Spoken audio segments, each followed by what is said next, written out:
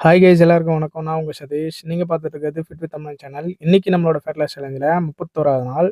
இன்னைக்கு காலையில் வாக்கிங் போல, ஜிம் போல. ஏன்னா இன்னைக்கு கம்ப்ளீட்டான ரெஸ்ட்டு, பாடி ரெக்கவர் ஆகணுங்கிறதுக்காக. ரெக்கவர் டேவான இன்னைக்கு பாடி வேகமாக ரெக்கவர் ஆகிறதுக்காக சிக்கன் வாங்கிக்கிட்டேன்.